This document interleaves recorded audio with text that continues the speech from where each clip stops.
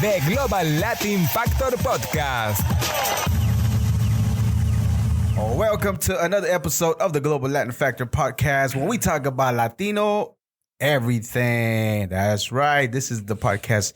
If you've been curious about looking into more Latino information, this is the perfect place. Thank you very much for joining us. Para todos ustedes que están escuchando, we can't go bilingual, but we don't really do bilingual mostly. It's like a 90% English and like 10% Spanish. It's all good though. But we know both, by the way. And we're coming up with new words to merge together our cultures, because some of the traditions we have, like I talked about on the previous episode of the best man is not really a tradition in the Mexican or Latino community, but we came out with Caballero de Honor, which it will be a perfect supplement word. If you didn't know, if you're an MC, there you go. You're welcome. Okay, today we have a very, very special guest, Luis Hernandez and Junior Hernandez. Junior Hernandez. He's a veteran, also founder of Jason's Dream Foundation, which is a 501c3. And he's going to be telling us about his foundation and everything that he's got going on, how it started. Here at the Global Latin Factor Podcast, we'd like to highlight Latinos. They're doing something in the community, especially being a veteran. Not only that, but they doing something very important in the community. And even though he might not be known by millions, still it's a very important story to share. And I hope that if you listen, you get inspired to help out, do something, and keep moving forward. Let's keep the Latino movement forward, the human movement going. Real quickly before I get started, I like to break the ice with some preguntas al chile. I'm gonna need a drop for that. I'm gonna work on that. All right, here we go. Tacos o tortas? Tacos. Tacos. Okay. Corn or flour tortillas? Flour. What? It has to be corn. Corn, that's right. I feel you on that. Gorditas o sopes? Gorditas. Sopes. Ooh, I guess you're related. That's your kid? Okay, making sure. All right, Mexican Pepsi or Mexican Coca? I don't drink Coke. You don't need Coke? I don't Good. drink Coke. Yeah, he doesn't drink no soft drink. Coke. Coke. Mexican Coke. Mexican Coke. Okay, agua, horchata, jamaica o tamarindo? Horchata. Oh. Horchata. Oh, what? Maybe you are related. Salsa verde, salsa roja? Salsa verde. Salsa verde. Salsa verde, same here. Yup. Menudo or pozole? Pozole. Menudo. Ooh, another one. That's not good. Yeah, I have to have a talk. Conversation, family meeting. All right, churros or flan? Churros. All right, this is only for him. You don't need to participate. The next two questions: Corona, Dos Equis, Modelo, or Victoria for senior? I gotta go with Corona. Corona, yeah, disgusting. I've tried Victoria and it was okay, but I gotta go with Corona. I used to be a Dos Equis. Yeah. I was taking. That's the one. That's the one I cannot drink. You have terrible taste buds, by the way. You need to regroup those. And I was trying to take the most interesting man in the world's job at one time. I don't got the gray hair all the way through, but as soon as I become what they call him, a silver fox or whatever, I'm taking this job. I'm coming after. I'll be flying airplanes and all that stuff. All right. You can come in, participate, Junior. Mazapan or Duvalin? Mazapan. Yeah, I like them too. Valentina, Tapatio, Cholula? Valentina. Mm-hmm. Concha. Okay, so they are different flavors, what I found out for the conchas. And we're going to talk about conchas later on, of something interesting that we came up with, and I'll tell you about that. So there's the chocolate ones, the brown one, the white one, the vanilla ones, or the pink ones. Which ones do you like best? The concha ones, the chocolate. Chocolate. The white ones, vanilla. Yeah? Yeah. So those are on point right there. I used to like the chocolate ones, the brown ones too. Yeah. Yeah. Not for you, Junior, again. Sorry, over 21. Margaritas, you like it with salt or azúcar if you have a margarita? Don't drink margaritas. Okay. Refried beans, borracho beans. You know the difference? Whatever, mostly. Yeah? Just beans, period. That's what I'm talking about. All right. So I asked you, because you've been interviewed before, and I asked you to come up with 3 questions that they haven't asked you before, but you weren't able to come up with one? No. Not one whatsoever. No. I mean, I've been asked just about the same thing every time, so So what would you wish they would have asked you during that time? There had to be something. I wish they would have touched up on this more. I wish they would have done this. Actually, no, there's not, because like I said, like every time I give my son's story is I guess I cover every basis that, I mean, everybody's just kind of like, okay, thank you. That's it. Okay, so this time we're gonna capture it and put it out so we can know the story. And again, I appreciate you coming out. I know it's an important day for you, and I know the story. And again, I do appreciate you coming out. I don't mean to put you through this, but I think it's important for us to tell the story so we can keep the dream, Jason's dream, going. All right. So real quickly, so the mission statement for his foundation, which is Jason's Dream Foundation, is a childhood cancer support group. Our mission is to make a difference in the fight against childhood cancer and other illness by providing help, hope, care, and support to children and their families affected by this life-changing illness. Correct? Yes, sir. All right. So let's start from the beginning. If I'm not mistaken, at the tender age of 1.5 years old is when, first of all, let's go the name, Jason's Dream Foundation. Tell me about that. Jason, he is my son. He's passed away 10 years ago now, to this year. But we try to keep his legacy alive with the, work we do, helping out the families, local families here in Dallas. We helped out families in Houston, San Antonio, and whoever reaches out to us and say, hey, we need help. We'll definitely look into helping them out as much as we can. Yeah. And you say that because it's unfortunate that we want to do a good cause. Because I do help with the foundation, but sometimes you just got to trust but verify, right? You have to do the due diligence to make sure that it is what it is. And then, of course, yeah. Because there's people out there that are unfortunate, even with circumstances like this, they're trying to go off of people's good character and try to, abuse and get money that doesn't belong to those people. So you do that part. Of course, yeah, we do. We check. We have a list or a form that we send out to the families, and they have to take it to their caseworkers. Just to verify that they are who they are, and they need the help. There's a lot of families out there that need the help. I've seen it firsthand. So that's why we try to do our due diligence, to try to help them out as much as I can. But at the same time, we need that confirmation that, they are going through what we went through. And so the name itself, that's the reason why. Why did you decided with that name specifically? It started in 2011. When I was in the Army, my first sergeant, one of my leaderships, there was a foundation in San Antonio doing a 5K run. And she reached out to me right after my son passed away. And she said, Luis, he goes, there's a foundation here that is doing a 5K to help out families who's lost children. Right. She goes, would you like to participate in it? I said, yeah, sure. So that's when, what do you have to do? So I looked into it. Basically, what we had to do is just recruit people to come and run the 5K. So I got some people, some family members from Dallas. They went to San Antonio and they said, "Hey, we need a name." Well, we're like, well, man, what do we do? What do we call it? Right. And just came to me and said, hey, Jason. It has to be about Jason, right? So Jason's, let's keep his dream alive. Jason's dream, and that's we got it there, and we participated in more 5Ks and Jason's dream, and just stuck around and never left. Is the dream that we trying to keep alive. Okay. And Jason's dream. What do you mean about his dream? What exactly is that? Did you mean that it means to you? My son, he was never, and I guess people could say, "Oh, my son was never selfish," but honestly, my son was never selfish. He would give you his last candy that he had. He would give you, we'll give him, coins, and you needed money, he'll give you the money. He was always about others than himself. At the age of 1.5, 2.5, 3.5, for a kid to keep the smile that he had through the treatments that he had, right? It was amazing. So for us, the dream is to keep him alive, to keep his legacy alive. That's who Jason was for us. And that's what we try to, when we do an event, when I talk about him, I love talking about him. Absolutely. I love talking about him, and that has been my cope throughout the years for him.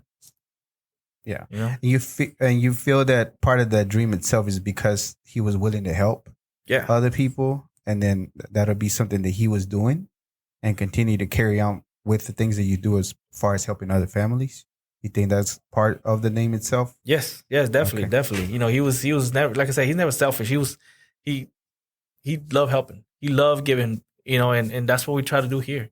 We want to give back. We want to keep that dream alive. All right. So at 1.5 years old, but he had quite a bit of a battle, and I know you used the little fighter also slogan. So tell me about that, because he did put up a fight until the 3.5, right? So about 2 years. 3 years. 3 years. He fought it for 3 years. So when it started was that I joined the military. And when I joined the military. Thank you for your service, by the way. I appreciate it. And happy Veterans Day to all the veterans. The Latino community has a lot of Latinos. The Army has a lot of Latinos. And one of these days we'll cover more about that and how the numbers and specific people that done great things. And you're one of them now, and I appreciate it. But again, thank you for your service. You were saying? It was an honor. It was, you know, I'll do it again if I could. I wouldn't. I did it one time. I'm good. That's it. On the next one. Sorry. No, I would. I'll sign up. It was fun that one first time. That's it. No that's it. No more. Y'all welcome. But that's it. That's it. Go ahead. When I joined the Army, he was healthy. You know, he was just another 1.5-year-old. Right here, my son. He was how old are you? 3? I was 2.5. No, about 3 when it happened. 3.5. Oh, 3 when it happened and 3 stuff. when it happened. Yeah. So when I left in April 2008, a long time ago, he was healthy. He was a chubby baby. He had like this curly afro going. You know, he had really curly hair. He was good. And the one day in late May, when I called the house to try to speak with them, nobody answered that because we were. I don't know if you remember. You get one phone call a week. So you were deployed at the time when you found out. No, I just started basic training. So you were in basic training. I was in basic training. It's a hard time. It's a cold time. For me, like I never been away from my family, and I was 19 years old. Yeah, and I've never been away from my family, like my direct family, my mom, my dad, my little brother, and all that. And the first time I got to call, like I was crying. You know what I mean? So Yeah. I can only imagine you having a kid, and a whole family, and having a call. I can see how that could be really, really hard. Okay, so you were saying? So what happened was that we were getting that phone call a week, right? So we were going to go on, I think some training exercise the day of our phone call. So they gave it to us a day earlier. And when I called like 3 members of the family. Nobody answered. And I was mad because I didn't know what was going on. Yeah. I didn't know what was going on. So I was calling people. Nobody was answering. I'm like, man, what's going on? Like, I get one phone call and I have nobody to talk to. You feel so lonely. Right? Cold. Like, the night I spent when I got there was the coldest night ever. And I had a cover on, but I felt cold. I was in Missouri, in the middle of nowhere. They call it Fort Lost in the Woods, you know? Fort Leonard Wood. Yeah, For those Leonard people Wood. that know that, yeah. Where the prison be at. No, that's Leonard Wood. Leonard Wood. That's Leonard Wood. Leonard Wood. Leonard Wood. Okay, never mind. Never forget. Take back. That's for another day. Okay. Anyways, so finally my older brother, I called him and, I was upset. I was like, man, like nobody wants to talk to me. Like, what's going on? And that's when he broke it. He said, bro, they didn't tell you? I was like, what do you mean? And I'm on a payphone. Yeah. I'm on a payphone. He's like, they didn't tell you? I was like, what do you mean? They didn't tell me what? He's like, oh man, they were supposed to tell you. I was like, what are you talking about? He goes, well, we're in the hospital.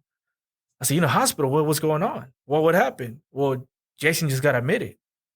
And I, what happened to Jason?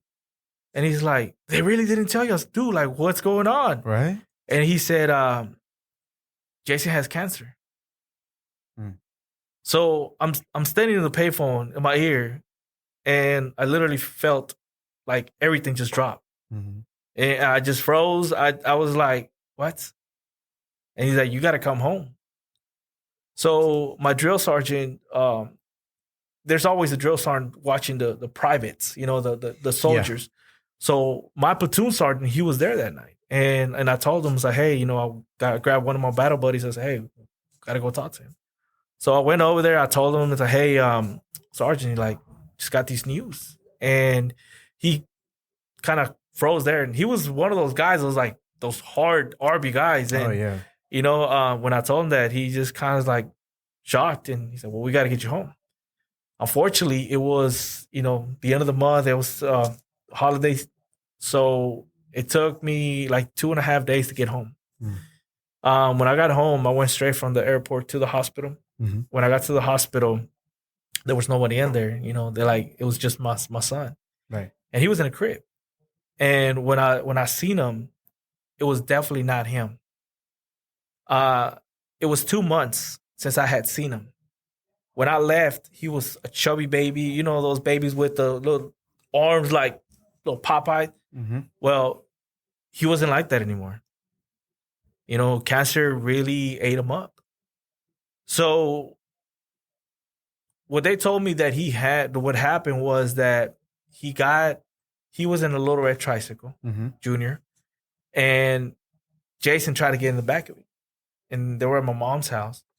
And when he went, when Luis, pedaled it, Jason fell back and hit the back of his head. Mm-hmm. That didn't cause the tumor. I guess like it woke it up. Mm-hmm. He wasn't the same anymore. He was sleepy. He didn't want to eat. He was just not right, and that's when they took him in. And, after several battles with the doctors and the medical staff, because they were saying, oh, hey, he's sick. There's something wrong with him. The medical staff, no, he's good. He's good to go. Finally, when they started doing more scans, that's when they found the tumor. Unfortunately, they didn't want to tell anybody what was going on until I got home. Mm-hmm. When I got home, that's when they put us in. It was me and his mom were sitting down. Jason was over here in the crib. Mm-hmm. At this point, Jason could not. He was so weak that he couldn't even lift his head up. That's how bad he was. And the doctor was standing right in front of me or us, and that's when he told us that your son has a brainstem glioma. What is that? Mm-hmm. Is basically a tumor in the brain where the spinal cord and the brain meet. So his tumor was like right in the middle. Mm. Unfortunately, there's no cure for that. Not till this day. There's still no cure for that. Mm-hmm. And that's when I asked him, I was like, what? And I said, how long has he had it for? They didn't know.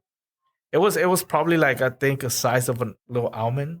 Mm-hmm. It was just not too big, but it was enough for him to lose his mobility. He couldn't walk. Mm-hmm. He lost that ability to walk. He could crawl, but he just couldn't walk. I think his left side was not the same. And the doctor told us that we had a few weeks of, for him to live.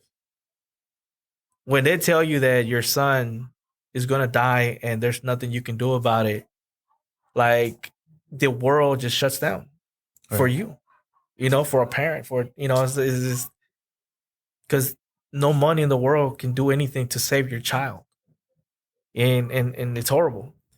So he gave us the other option, said, hey, you could do radiation to the brain, and but you're just buying a couple more months. At this point, we were like, we have to do something for him. Right. And we went ahead and did radiation to the brain.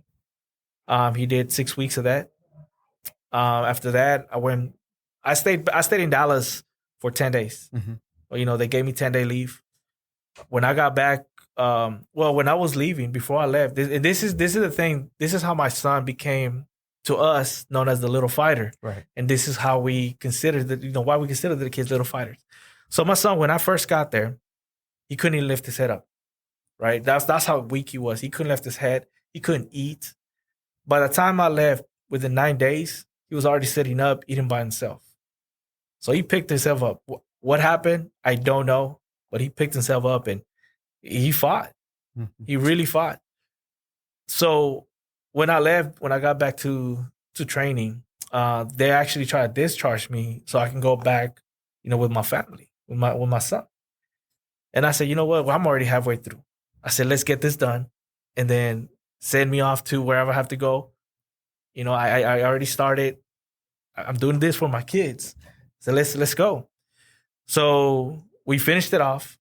And then the Army, Department of the Army, you know, that's the one thing about the Army is they give you the option about, hey, where do you want to go? You remember that, right? Mm-hmm. And you always go whatever they send you. Why do you have that option? I could pick a bonus or...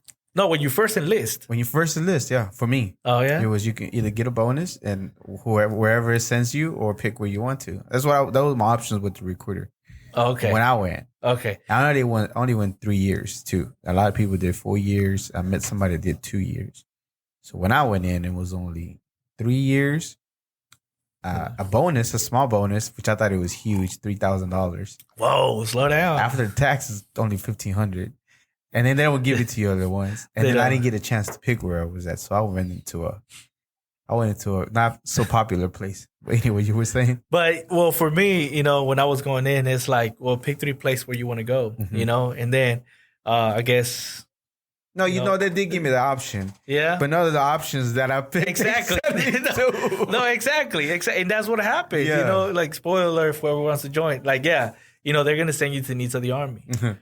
Well, in my case, when they told me, like, where do you want to go? I'm like, ha, ha, ha, funny, you know? Yeah, And they said, I'm serious. Where do you want to go? You're from Dallas. You could either go to Fort Hood. You can either go to Fort Seal. Because those were the closest ones to shout out to Dallas. Fort Seal. That's where I went to. I was at Fort Seal. My brother went there, and it was not fun. I'll tell you that. No, it wasn't fun. I know No. that. I was there.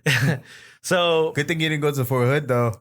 They were anyway, I did trainings over there. But yeah, it was not. Yeah, I wouldn't go back. For me personally, I would. If I had a choice, no. Not to insult nobody that's in the military that isn't Fort Hood, but I'm just saying, y'all have a track record and it's a little ratchet. I'm just saying. And It they was have a weird well, stuff you know, I going have on. military. You know, I was military police. Yeah. So I had buddy of those. You know, that worked there. You know, worked the roads there. Yeah, and it was just something different. Yeah. You know, something different.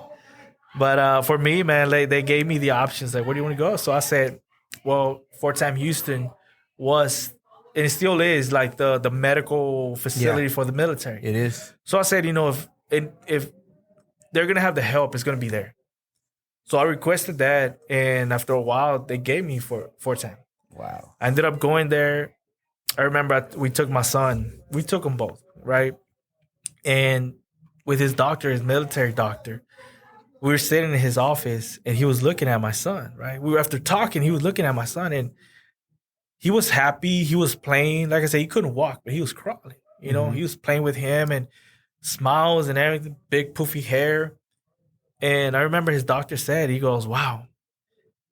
He goes, your son has a ticking time bomb, and he's still acting like nothing. Mm. And that's what he had in his head. It was just a tumor that was ready to erupt at any time. I did my research on it, and yeah, there was no fix for it.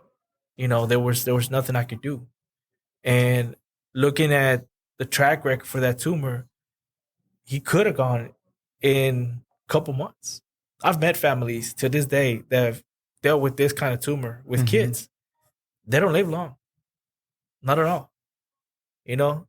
So after the doctor met my son, and, you know, we did everything we were supposed to do with him. We left.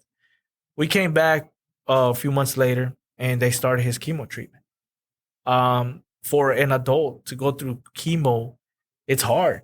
Mm-hmm. You know, my son, with first round of chemo, he went through it in San Antonio in one of the military hospitals. Unfortunately, the chemo didn't do nothing. Tumor was still slightly growing. So that's when his doctor said, it was, Luis, well, we're going to refer you to MD Anderson in Houston. That's, you know, the big cancer hospital.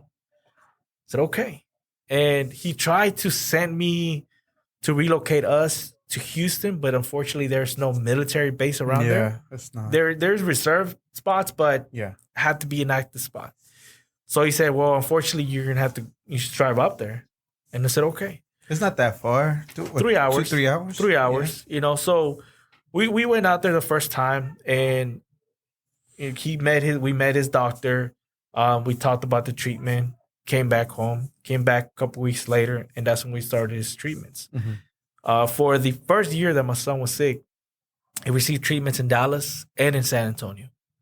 That second year, when we started going through his treatments, we were going for 1 week a month. So for 1 week a month, we were staying in the Ronald McDonald House in Houston for him to receive his treatment. For the whole week, he'll go in and get his treatments. I think he'll be in the hospital all week, and then we will be in the house. And then he'll get discharged. We'll come back, spend the night, and then come back to San Antonio for 3 weeks. Mm-hmm. And we kept on doing that. And his doctors, they will look at him, assess him. After he finished one, round of chemo, and we're talking about chemo, we're talking about several medications, mm-hmm. not just one, several medications he had to go through. Right. So it honestly took a toll on him.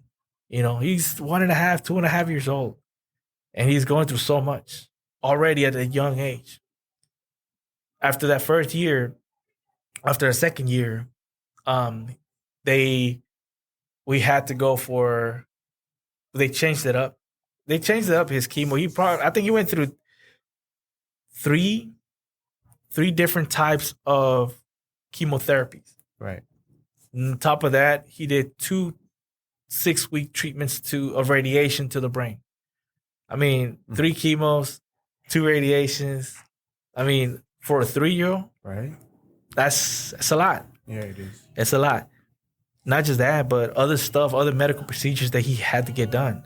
G-tube, feeding tube, and other stuff that really upset me. Let's just say that. It breaks your heart. Seeing a kid in that manner, I can imagine. And let me say this. It's hard for that child to go through that, but also, and a lot of people oversee it, but also the siblings. Yeah, the siblings go through that too. He was there. Junior was there. Every medical appointment we had, or Jason had, he was there. When we had to go to, San Antonio, he was there. When he had to go to Houston, he was there. He was always there. And it's not that we didn't love him as much. It's just his brother needed a little extra help. Yeah, doing that. And that's the thing. He's always been a trooper, Luis, because he's been there. He's seen it firsthand. Mm-hmm. And just like his brother, he's still smiling. He knows who his brother was. So going back with Jason, so 1 year in San Antonio and in Dallas, and the next 2 years in Houston. Yeah. Finally, when he lost his hair, I'll tell you that. As soon as we went to the first treatment in Houston, he lost his hair. He loved his hair, his little curly hair. Yeah. He loved that. After he lost it, he felt not the same. Not the same, because kids will look at him and he will feel it and he will feel uncomfortable. He was, but behind everything, like I said, he always smiled. Mm-hmm. We look at his pictures. There's not one picture that maybe the ones after his treatments that pictures I took. 'Cause I used to take a lot of pictures of him. Maybe the ones after his treatment, that's when he was not feeling well. But other than that, he was always smiling. He always had a little thumbs up every time, like telling I us see he was some of the okay. pictures. Yeah. That's one thing I like. Hey, papi, how you doing? ¿Cómo estás? Give me thumbs up. Like, I'm good. And but after it was in his last Christmas, and that's the reason for me we focus a lot on the toy drive. Right. His last Christmas, we went to we went to Houston for treatment, and after his treatment, we went to back to Dallas for family, stay here with family. He got sick on Christmas Eve. We were here. And he got sick. Mm-hmm. We ended up going to we're families in Garland. Baylor, right? It was down the street. It's closed out now, but Baylor was down the street. So we ended up going to Baylor. Unfortunately, they didn't have pediatric treatments there, so they're like, "Well, we had to take you to Children's Hospital in Dallas." I said, "Okay." So they took us about maybe 3, maybe 4 o'clock. they transported him in an ambulance to Children's. I called my little brother, and I said, hey, we're not going to be coming home. They're going to admit Jason to the hospital. So just y'all carry on, keep on with, whatever. The best thing, my brother, I don't know how he did it, right? Mm-hmm. But Christmas Eve afternoon, he found a Santa costume. My dad at the time, he was a big guy. So he had my dad put on the costume. Mm-hmm. Then my brother goes off to Walmart, buys a whole bunch of toys, buys a big, red sack, buys candy. Mm-hmm. They come to the hospital where Jason was in his room. So on Christmas Eve, Santa Claus came to bring him a couple toys. That right there broke my heart, mm-hmm. Because I thought Christmas was ruined for us. Right. So there you go. My brother, he pulled out a miracle and bought toys for Jason. And how he do it, I don't know. I don't question him. I appreciate what he did. After that, that's when we were in there till the 25th. Then we went home. Went back with family, and then we went back to San Antonio where we were staying at. Spending Christmas in the hospital for us we're not with loved ones. We're not with family. So for us, it's like it was just not the same. So that's why we do the toy drives that we do. We want to bring joy to those kids that are not going to be with family. Yeah. Not just the kids, the little fighters, like we call them. Not just them but also their siblings. Their brothers, their sisters. Because like I said, it's not just the kid, the child that is going through the treatment. It's also their siblings that have to go through it. Yeah. We want them to feel special too. It's everybody in the family, not just always the child that is sick. I don't know if I'm trying to explain myself with that one, but I seen it firsthand with my son here. Well, so you are. How did you link up with Ronald McDonald so you'll be able to stay with what do they offer? First of all, you're not with them. You're Jason's dream, but you've been helping them a lot because you had a personal experience with them as far as using their facilities, right, and things like that. So what exactly do they provide for you whenever you're going through this, and how do you go about the process of being or getting help from them? So for the Ronald McDonald House, you actually have to go through your social worker in the hospital. Mm-hmm. You have to ask them, hey, where can we stay? Then they refer you to the Ronald McDonald House. You reach out to them after they submitted the form that, mm-hmm. Hey, you are patient here, like, in this hospital. And then they contact you or you contacted, something like that. I can't remember exactly how it was. But the Ronald McDonald House, the great thing about the Ronald McDonald House for us, it was a home away from home, mm-hmm. right? For us, they have, depending on what city you're at, there's a Ronald McDonald House just in every big city in the United States. Yeah, and I've seen the facilities, the rooms themselves. They're really nice. Like, it's like a hotel, but a little bit better. It does give you a little bit of homey vibe, and they don't have TVs at all whatsoever because they want to focus on the bonding with the family during this time. Correct. Yeah, there's no TVs in the rooms. A lot of volunteers. I don't know right now because of COVID, mm-hmm. but I know a lot of volunteers come up there and donate their time with magic or artwork or stuff like that. Barbers, they go out there and free haircuts for the kids, for the parents, for the moms, pedicures and stuff like that. And they provide meals as well, right? They provide meals as well. We've done it in the past when we provided meals, a lunch or a dinner for the family staying there. We linked up with local restaurants and we take the food out there. We serve it to the families because they shouldn't worry about anything but their child that is going through treatment. Yeah. In the Ronald McDonald House, it's not just cancer patients. It's also, kids with heart diseases. I met a family in Houston where the guy's daughter got shot in the face with a shotgun. So she had to go get her face reconstructed. She was 13, 14 at the time. So you have a lot of different kind of people, and from all over the world. When we were in Houston, we met people from Ecuador, China, other parts of Central America. They will come to Houston because they will receive their treatment for their child there. Yeah. Here in Dallas, the Ronald McDonald House of Dallas does the same thing.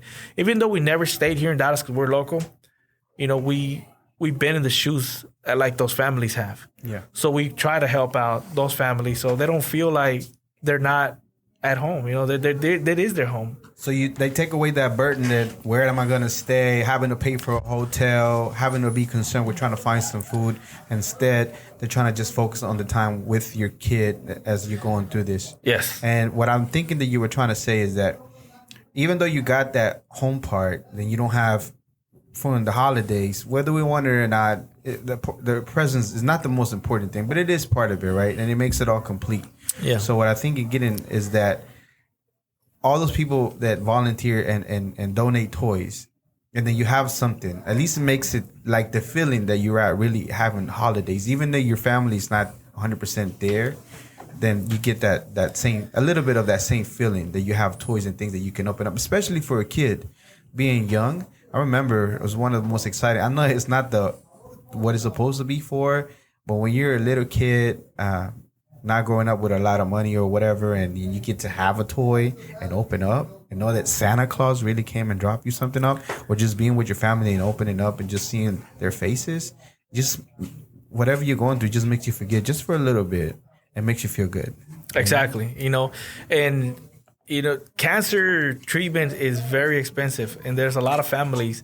Like I said, I was in the military, so I was fortunate to get that help with his medical expenses and stuff like that. Yeah. Right. So I seen firsthand families that we met 1 week. The next week, when we were there, they weren't around. Yeah. Why? Because one, either they didn't have transportation to the hospital,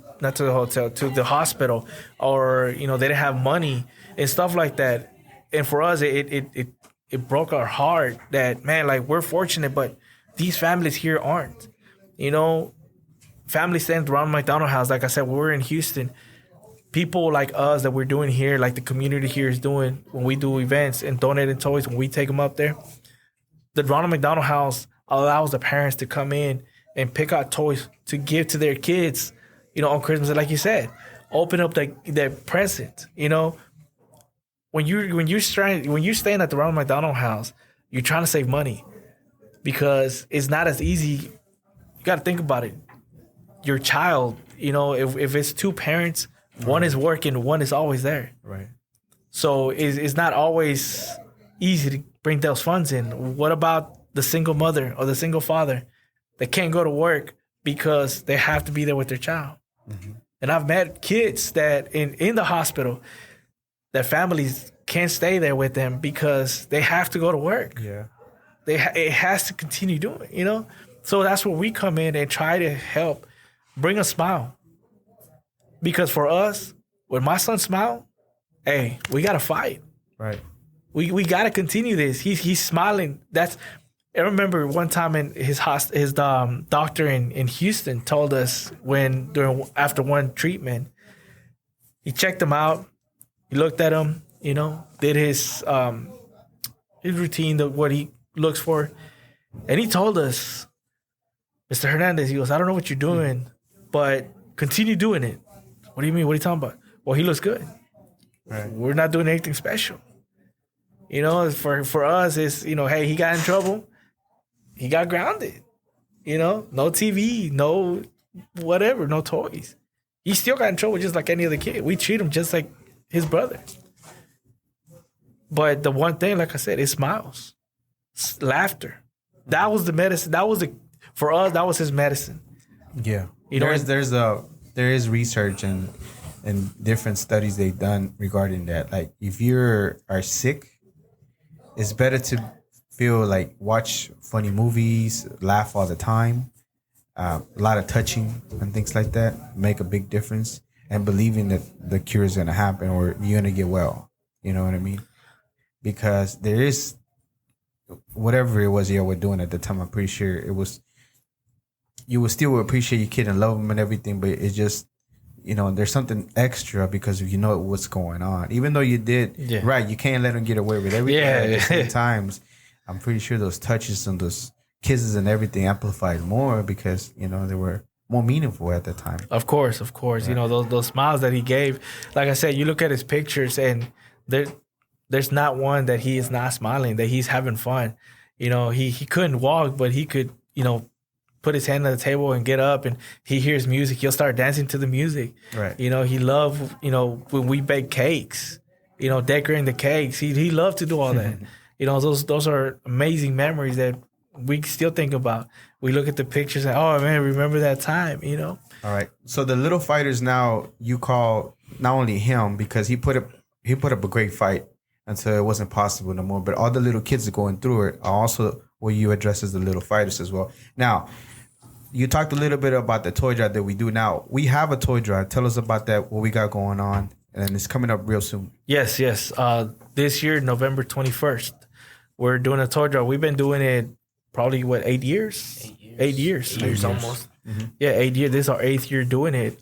We collect toys for the Ronald McDonald House of Dallas. So it's gone through different children's before and Ronald McDonald. Again, because you have experience personally that you dealt with, we do mostly for Ronald McDonald's. Ronald McDonald House, the Children's Hospital of Dallas, Medical City Children's Hospital of Dallas. We try to donate it directly to the cancer center, right? Because that's who we went through. I know there's kids all over the place, right? But we try to focus on with the cancer treatment centers, also with families affected by childhood cancer, local families that we can confirm say, hey, they're. By word of mouth with friends, family, stuff like that. Say, hey, there's this lady here that one of my coworkers, her kid just got diagnosed with cancer. Right. Could you guys help them out? And we try to help out as many people as possible when we can. Okay. So November 21st, where is it going to be at? November 21st at Look Cinema and on Technology Boulevard. Correct. Northwest Highway, Technology Boulevard. And what time to what time is it going to be? It's going to be the show, for all car, it's a car show / toy drive. So all the car enthusiasts that want to come out, bring their cars, show it off. So it's a custom car show. So it's open format to any kind of car that wants to come out, whether you just barely starting building, where you have a classic, whether you have a troca. I can't say the M word. I can't say it, but I won't say that. Emlona truck.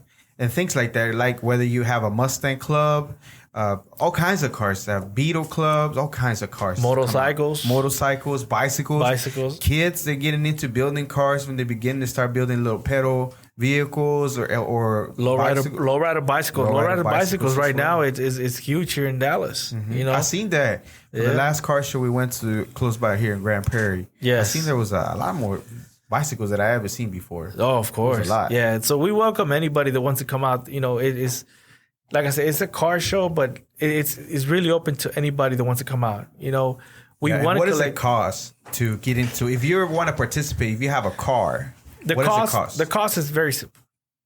Bring a toy, bring a new unwrapped toy, or you can do a monetary donation, and you can display your vehicle.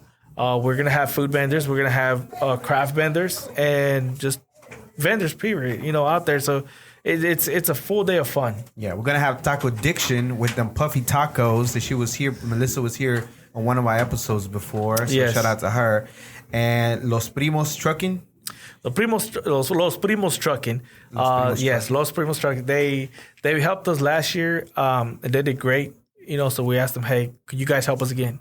Let's make this bigger and better than the year before. And they've done amazing helping us out, basically putting this vision alive. Right. And then also the ULA, United Lowrider Association of Dallas. Yes, United Lowrider. Going out to Josie. Yes, the ULA, United Lowrider Association. I was just at a meeting yesterday. Mm-hmm. Great people. Lowriders, they put a lot of love into those cars. They put a lot of love into those cars. So again, as we mentioned, it's a custom car show with the it's free to the public. Free to the public. So if you have a car you want to enter, because we do give trophies away Yes, for awards. for that your category, because we have different kind of categories. So you have an opportunity. If you're into the car shows, you know how it works. We have awards that we give out. We have the best of show, and we have the most member shows that we're going to have. But anybody else that wants to come out, if you want to bring a toy as a spectator, you don't have to. It's free show. But if you want to bring a toy just to bring a toy, we'll be more than happy to take it. There's not a set amount. It needs to be this amount. Whatever your heart desires, whatever you're able to do, then you can. Same thing for the cars. If you want to do a donation, if you want to bring some toy, unwrap new toy, whatever you're able to do, bring it, and then we'll go ahead and take care of it. So what is all going to play out during this time? So the setup is between what time to what time? The setup, if you're going to set up, you take your vehicle. We'll be there as early as 8:00 in the morning. And the show starts at 12. Mm-hmm. So if you want to say, hey, I want to take my vehicle, can't be there that early, we'll be doing registrations all the way till 2 p.m. And I think the show is going to be over by maybe 4:30, 5 o'clock. 5 o'clock mostly is the time. And what else are we going to have during that time? We're going to this is the cool thing. We're going to have we are the only ones that have done the concha eating contest. Yes. What? So I don't know if anybody else can take credit for it, but as far as we know, we seen hot dog eating contest, and we've done that before. Yes. Jalapeno eating contest, we've seen that before. But because it's kind of colder, it's during the winter time, fall, then we decided to do a concha eating contest. Concha eating contest, yeah. And it's gotten pretty good. Yeah. We have prizes for first, second, and third prize. It's going to be a $100 gift card, $75 gift card, and $50 gift card. And all those funds that we're providing is all based on the people that are doing it. Nothing that the foundation money doesn't get touched. It's all individual contribution. So that's coming out of our pocket to the winners of the concha eating contest. Yes. And the conchas are provided by who?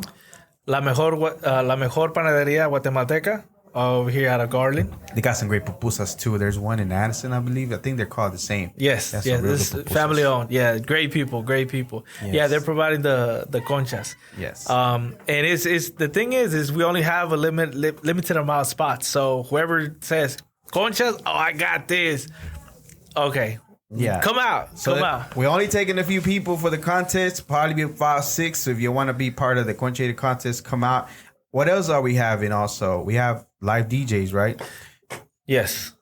We're going to have some local DJs here in the Dallas area. They stay busy. They do a lot of work individually, private gigs. So we have DJ Baby Buddha, DJ Cream, DJ Junior, DJ Scorpion, DJ Flair, and I can't tell DJ Cruz and DJ C Rice, Empire DJ. Shout out to them.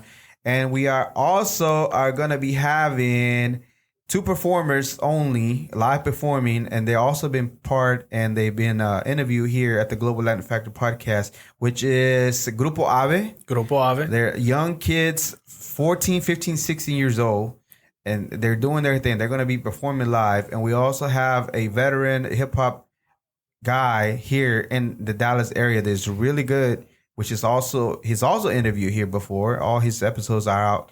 If you want to check him out, it's Kilo Artefacto. Artifact is a hip hop Chilean gentleman, but he represents here Dallas, Texas, and he's really good too. And he's gonna be putting up a show. And then, like you said, it's most likely gonna run till about 5 p.m. at that time. And then at that time, we're gonna go ahead and give the awards. So before 5 o'clock, we'll be giving out the awards. So everything's gonna be ending at 5 o'clock. And then after that, what happens after that? After the show is done, and everybody safely leaves, what we're gonna do, we're gonna collect all the toys and take them directly to the Ronald McDonald House to drop them off. Yeah. So a general idea, how many toys are collected usually? Because on the 8 years that you've done it, roughly about how much? I think last year was our biggest year that we had the most toys. We filled up about 7 trucks in total. So the bed of trucks 7 of them were full of toys of different people that came out and dropped. Some people were just dropping them off. Yes. Some people stayed for the show. We call it drop off. We call it car show and drop off if you just want to drop it off because of COVID. If you want to stay for the festivities, there's going to be a lot of vendors. So shout out going out to the vendors as well. Yes. Do you know them by heart or just... It's a lot. It's a lot of vendors, a lot of sponsors. Sponsors as well. Thank you very much. We appreciate you very much. You know who you are. We put the flyer out there, so thank you very much. And we look forward to seeing all y'all participate. I believe I counted it was about 20 something vendors and sponsors. So we appreciate the support of every single one of you. And then we're gonna go ahead and take the toys directly to the Ronald McDonald House. Yes, we have an escort that's gonna safely take us over there. We're in a caravan out from the location, the Look Cinema, to Ronald McDonald House and drop them off like we did last year. Yeah, last time we were riding dirty, but this year we have escorts. Yeah. So that way we could do it correctly and drop off the toys, so we won't have any incidents and we just drop the toys. They have protocols over at the Ronald McDonald House. We'll put up a video for the event and everything that happened at a later time. But yeah, they have their own protocol. We usually just drop it off at the door, and then they go and distribute the toys to the kids. Yeah, because of the whole, because of COVID, we can't go in. Like I said, this kid's immune system is not. Yeah, it's compromised. Yeah, so we don't want can't to put them in any kind of risk. Of course not. So yeah, so we just drop them off at the door. The volunteers from the Ronald McDonald House take them inside. Yeah, and all right. So this is what happens during the. So let's go back a little bit. How you started from doing the marathon runs, but how did it transform to doing the car show? Because you usually do have a summer show. So when was the first one? How did that come about? So it was like a couple years after my son had passed away. Mm-hmm. Another friend of mine, Albert Bionic, we started talking, and he's like, "Hey, bro," he goes, "Why don't we do a car show?" I was like, "A car show?" It's like, yeah, just something small. I said, okay, sure, let's go ahead and do it. So we started, he's been in the nightlife industry before, so he had a couple connections. Me, I was new to all of this because we were doing, 5K runs, walks. We were doing that. We were, participating in those stuff like that. And we started doing our homework, started looking into it. And a local car club at the time, we asked them, hey, you guys help us out. So from there, we went to... What was the name of that car club? Faithful Riders. Faithful Riders. Faithful Riders, yes. And then from there, we went to the restaurant where everybody was having car shows. J. Pepe's. J. Pepe's. Shout out to J. Pepe's. Still in business. Yes. So we went there, and it was funny because we were doing the same thing that a lot of people were doing. Benefit shows. Right, we were trying to do benefit. We're trying to raise monies for childhood cancer. Mm-hmm. So when we talked to him, the owner of the place, he was like, "Yeah, just you can do it. Yeah, you can use the parking lot." And he's like, "Just know that the kitchen's closed on Sundays." I said, "That's fine. We just need the parking lot. We're just trying to do something small, right? To first time doing it." Well, halfway through the show, He came up there, and I'm laughing because one of my friends said is the guy, he didn't have confidence in what we were doing, right, in our vision, because we put in the work. We, you've been there now. We put in the work to promote what we're doing. So at that time, we're starting out. I guess people didn't see what we saw. Mm-hmm. So halfway through the show, when the owner showed up, he's like, "Hey, can you tell the DJ that I'm gonna open up the kitchen?" And I was like, "Okay." So I told the DJ, "Hey, can you let him know?" Yeah, okay. A little bit later, he comes back, says, "Hey, tell the DJ that hey, we're open. All right. So the DJ, "Hey, they're open." and he said, "Look, man," he goes, "I brought out a food vendor, He didn't want to open at first. Now that he sees the business, now he wants to open." I was like, "All right, bro, do your thing."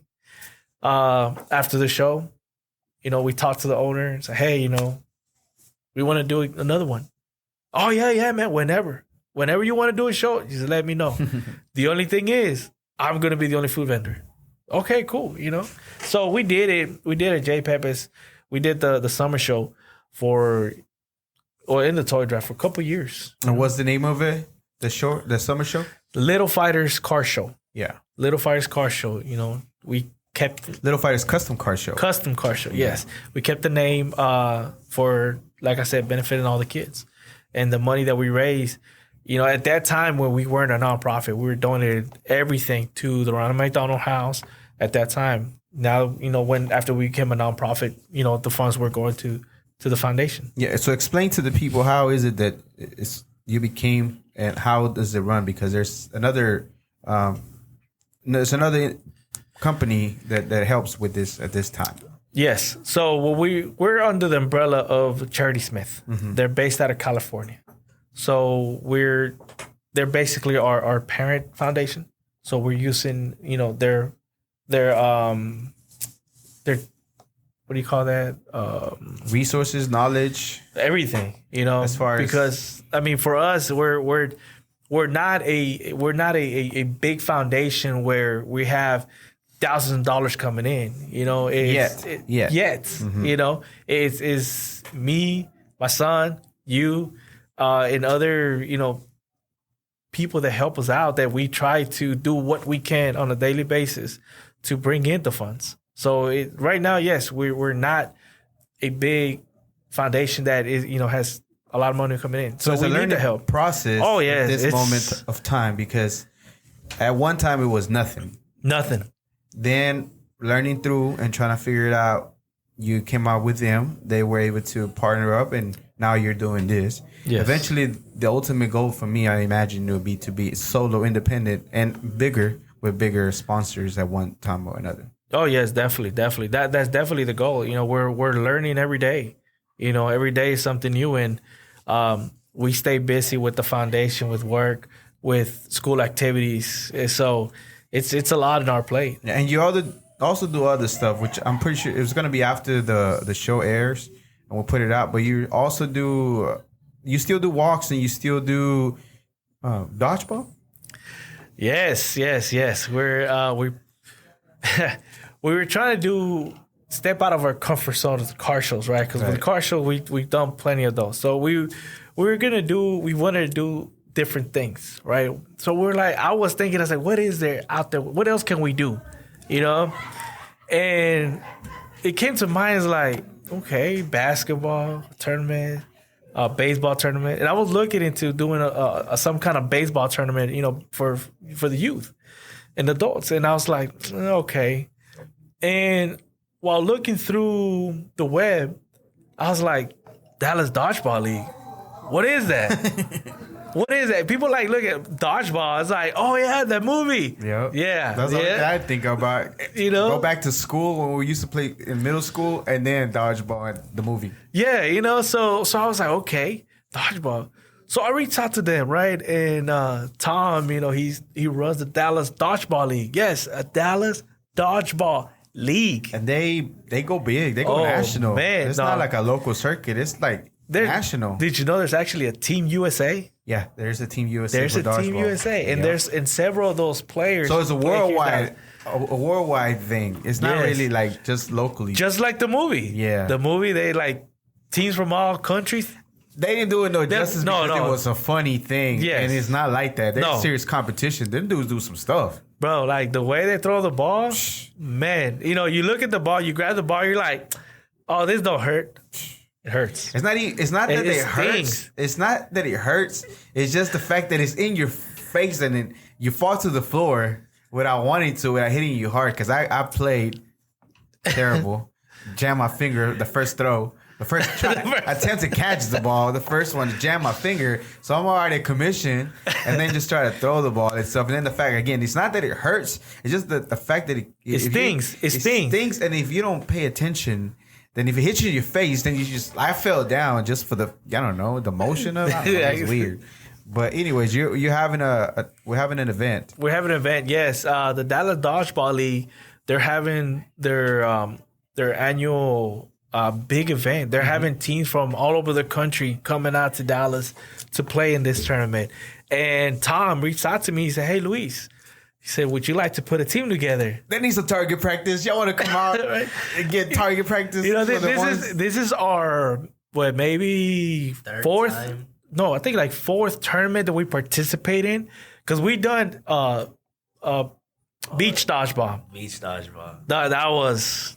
Invite me to that one next time. Why you always have to be hardwood, bro? We've done the hardwood, tournaments, and always every time they allow me to bring in a team, I always I don't try to go for the pros. I try to look for, hey, Crispin, would you like to play some dodgeball? What are you doing Saturday? What are you doing Saturday? Have you ever played dodgeball?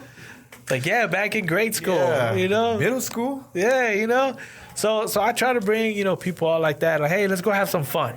Just like the car shows, it's not just for car people, it's for everybody, right? Because I want them to see that, hey, this is what we're doing for the kids. Now with dodgeball, it's a different world. Yeah. It's a huge world, right? You know what I'm thinking of the next one that I know will do good? What? I know somebody already does a taco thing, but I'm thinking a taco. Because I know you were talking about doing barbecue or even a vegan one for me.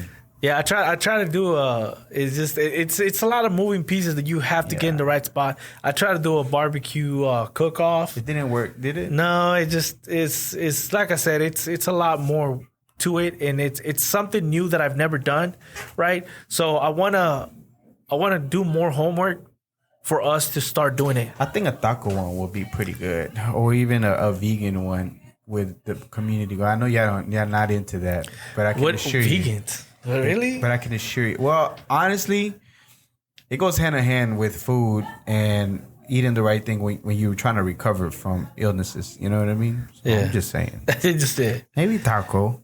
We could do a taco one. Vegan. Yeah. So the summer show, unfortunately, this last year because of COVID, wasn't able to do. However, the shows have been getting bigger for the most part. What is the most cars that have you done so far that you can recall?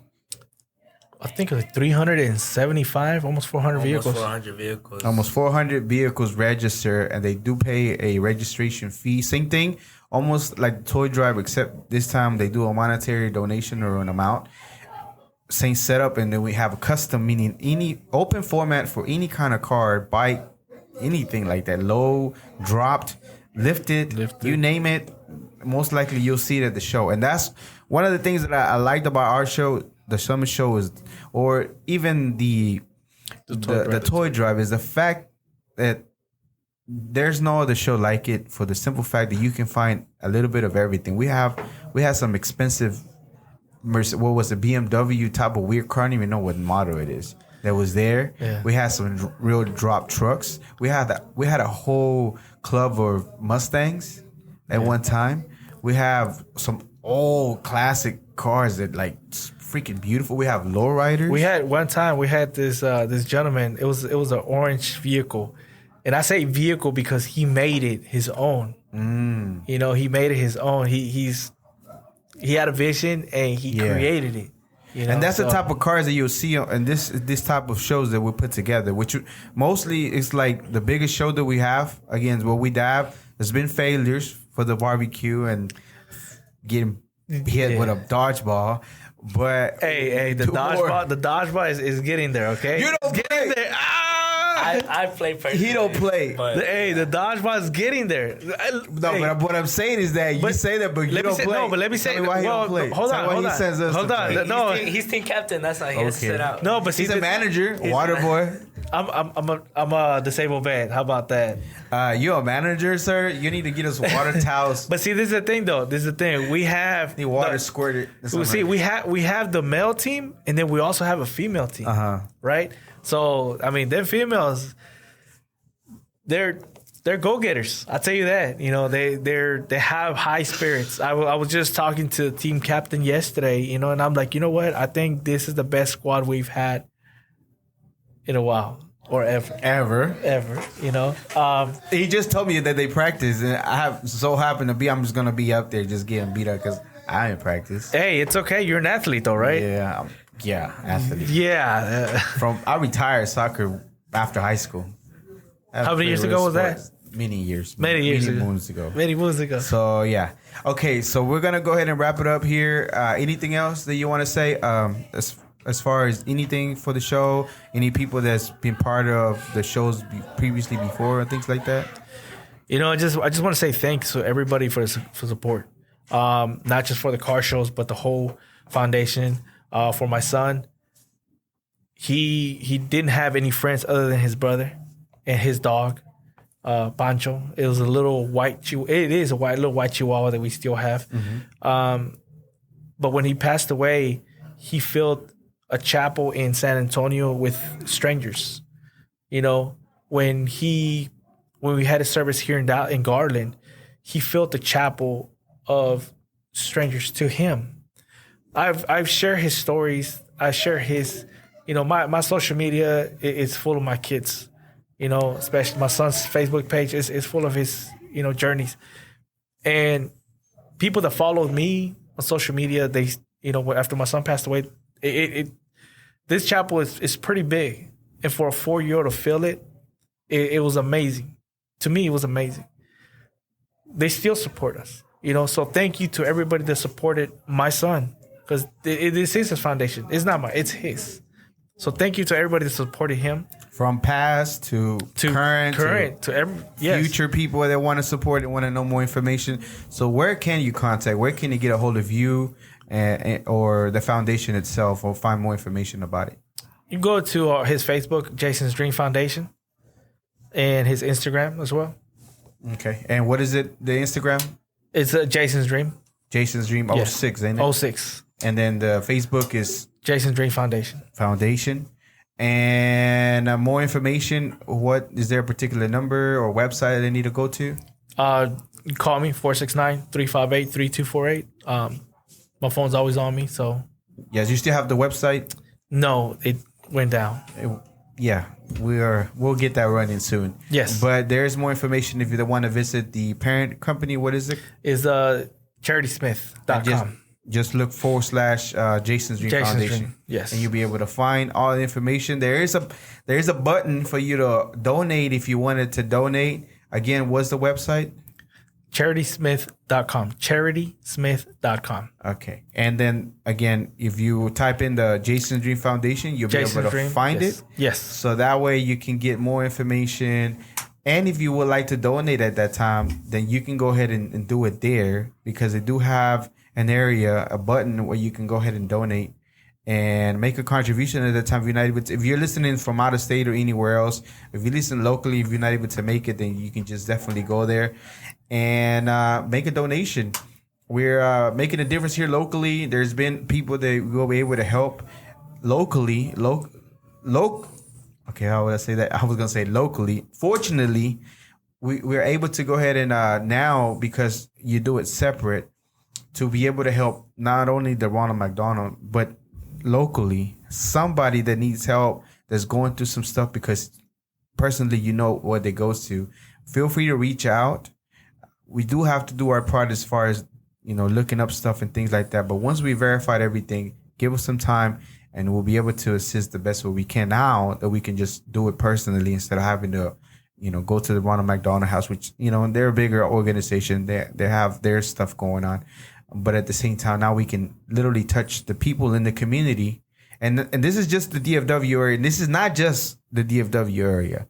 I mean, this can be anywhere in the world, because it is becoming a global market, a global world. We're all connected, especially with the internet. But once we're able to verify a few things, feel free to reach out, so that way we can go ahead and assist as best as possible. Sometimes, I don't know, I never been through any, but I know the people that don't have the funds, I'm pretty sure any little bit would help. Any little bit would help. Of course. Especially going through things like that financially and having to work, then, you know, a couple of $100 could help. So again, feel free to reach out to the foundation, Luis, or go to the Facebook.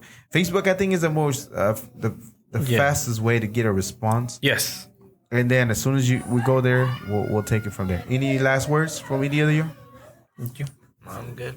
All right. So you make sure you come out to the car show November 21st. It starts at 12 to 5. Set up if you're wanting to participate. If you want to have your car registered, you can get there at 8. And we'll have vendors, food vendor. and different people selling different things locally. So we're supporting our local people too, our local entrepreneurs. And come out and have a great time. We haven't checked the weather, but hopefully, have you checked the weather? No, I haven't. I don't like checking it because then I start freaking out. I was like, oh my God, So, it's gonna rain. Irrelevant to the weather is Rain or shine will be there. rain or shine, the show will go on. Yes. That's why we call it a drop off. So if so happen to be that something happens, we just drop off the toys. Eventually, the mission's going to be completed, which is to donate the toys to the Ronald McDonald. So a family that's going through things like this can have a toy or something to give their kids during this time that is a million things going on to think about. And that's one less thing that they have to be concerned about. And they know that they'll have something. And that's something special, I think, at least for the holidays, and to just minimum alleviate and take their mind off of this and just continue, fighting the good fight and, continue being great little fighters. Yes, sir. All right. Anything more? No, sir. That's it. All right. Well, this was the Global Latin Factor podcast. We appreciate you again. Thank you for joining. And remember, we are just like you. We are the spice in this global melting pot that it is the world. Until next time.